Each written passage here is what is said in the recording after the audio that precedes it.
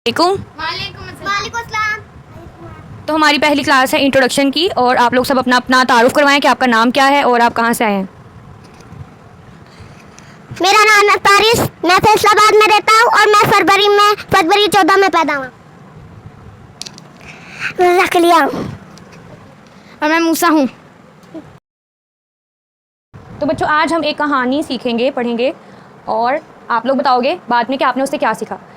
एक था जंगल, बहुत प्यारा सा जंगल, और वहाँ पर रहते थे सारे जानवर। कौन कौन से जानवर? शेर, बंदर, चीता, और बकरिया। और कौन रहता था? बंदर। और मंकी तो हो गया है। अच्छा, और वहाँ पर रहता था हाथी और वुल्फ। सारे जानवर वहाँ पर रहते थे और सब एक दूसरे के साथ मिलजुल कर रहते थे, बहुत अच्छे दोस्त थे। ज़ेब्रा भी रहता था।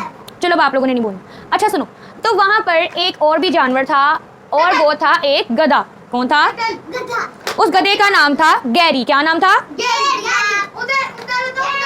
तो गैरी जो गधा था, एक गधा, बच्चों एक गधा था, और उसका नाम था, क्या नाम था उसका? एक गधा था, वहाँ पे गैरी। सारे जानवर आपस में बहुत अच्छे से मिलजुल कर रहते थे, लेकिन गैरी से कोई दोस्ती नहीं करता था।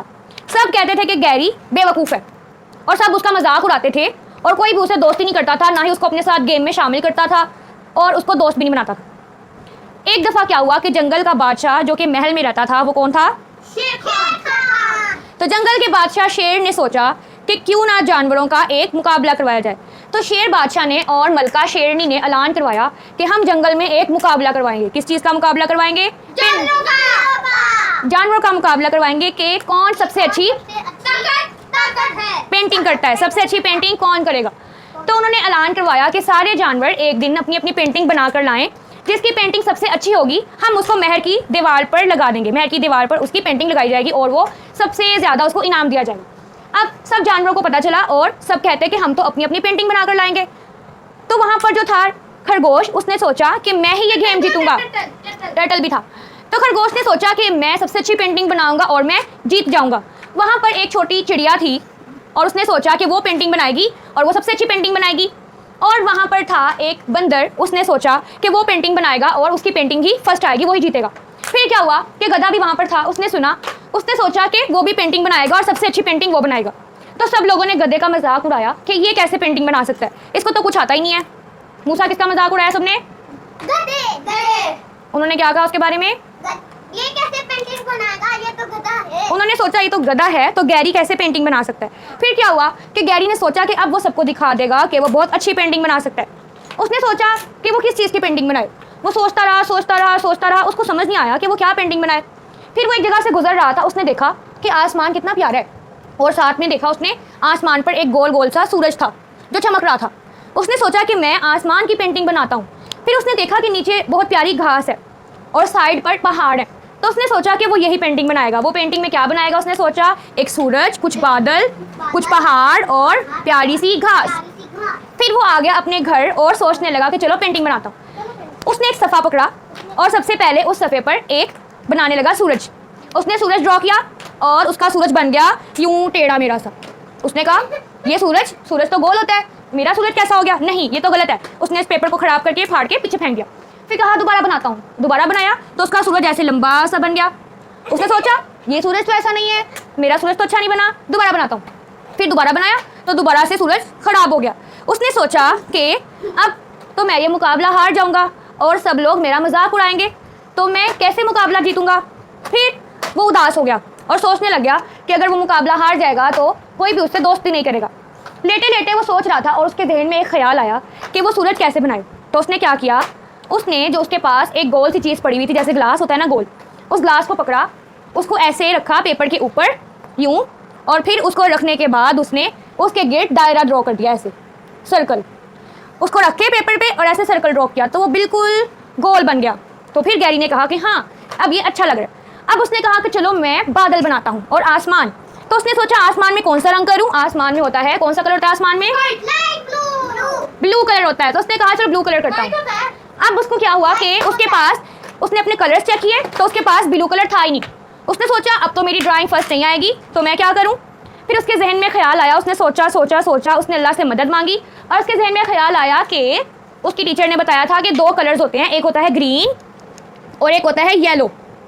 ग्रीन और येलो कलर को अगर आप मिक्स करते हो तो कौन सा कलर बनता है, ब्लू। और फिर उसने क्या किया कि उसने ग्रीन और येलो कलर को मिक्स करके अपना कलर बना लिया, ब्लू कलर। और फिर उसने घास बनाई प्यारी सी, और वो प्यारी सी पेंटिंग जब तैयार हो गई तो उसने उसको रख लिया और वो अल्लाह से दुआ करके सो गया। फिर अगले दिन सब लोग महल में अपनी अपनी पेंटिंग लेकर आए।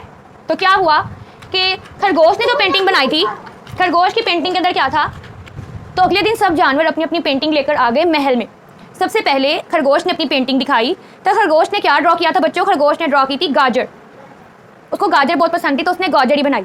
अब उसकी गाजर के अंदर जो कलर्स थे ना वो ठीक नहीं थे, कहीं कहीं वाइट वाइट जगह नजर आ रही थी और कहीं कहीं लाइट लाइट सा रेड कलर था, तो उसकी पेंटिंग इतनी प्यारी नहीं लग रही थी। फिर चिड़िया अपनी पेंटिंग लेके आती है, तो चिड़िया ने ना अपनी पेंटिंग अपनी चूंच में पकड़ी होती है, उड़ती उड़ती अपनी पेंटिंग ला रही होती है, तो उसकी चूंच से उस पेपर में सुराख हो जाता है। वो अपनी पेंटिंग रखती है तो उसके अंदर एक गोल गोल सा सुराख होता है, सारी पेंटिंग ऐसे और अंदर एक सुराख, तो उसकी पेंटिंग भी खराब हो जाती है। जो होता है ना मंकी, वो बनाता है केले। अब उसके केले ना बहुत टेढ़े मेढ़े होते हैं और उसने येलो कलर की जगह ग्रीन कलर कर दिया होता है, तो मंकी की पेंटिंग, जो बंदर की पेंटिंग होती है, वो भी प्यारी नहीं होती। सारे अपनी अपनी पेंटिंग ना बादशाह को दिखाते हैं, और जो गैरी होता है ना, गैरी गधा, वो भी अपनी पेंटिंग बादशाह को देता है। बादशाह सारी पेंटिंग्स देखता है और फिर वो गैरी की पेंटिंग देख के कहता है ये किसकी पेंटिंग है, तो वो लिखा होता है नीचे कि गैरी की पेंटिंग। तो वो कहता है कि ये पेंटिंग तो सबसे प्यारी है। कुछ ऐसे की पेंटिंग होती है, एक सूरज, यहाँ पर बादल, साइड पर पहाड़ और यहाँ पर प्यारी सी घास, तो उसकी पेंटिंग सबसे प्यारी लग रही होती है। तो बादशाह कहता है जिसने भी ये पेंटिंग बनाई है बहुत प्यारी बनाई है। तो जो मलका शेरनी होती है वो कहती है कि आप ये तो बताओ आपने सूरज कैसे बनाया, ये तो इतना गोल है और हम तो इस तरह का नहीं बना सकते। तो गैरी कहता है कि मैंने सोचा और अल्लाह से मदद मांगी और फिर मैंने मेरे पास जो भी गोल चीज़ थी उसको रखा और उससे उसका स्केच ड्रॉ कर लिया।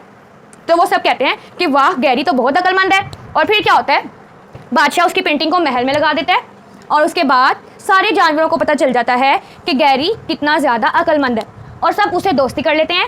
और फिर अगर किसी को कोई चीज़ समझ नहीं आती तो वो गैरी के पास आता है और पूछता है कि गैरी हमें ये समझा दो, हमें ये समझ नहीं आ रहा। इस तरह से सोचने के बाद गैरी अपने मसले का हल निकाल लेता है और सब लोग उसे दोस्ती भी कर लेते हैं। तो बच्चों इस कहानी से हम सीखते हैं कि हमें कभी भी किसी का मजाक नहीं उड़ाना चाहिए। क्या सीखा, हमें किसी का मजाक नहीं उड़ाना चाहिए और हमें सबके साथ क्या करना चाहिए, दोस्ती, हमें सबके साथ दोस्ती करनी चाहिए। और तीसरी चीज़ ये है कि जब कभी हम परेशान हो तो हमें क्या करना चाहिए, अल्लाह से मदद मांगे। हम अल्लाह से मदद मांगें और फिर हम सोचें और फिर हम अपने मसले का हल निकालें।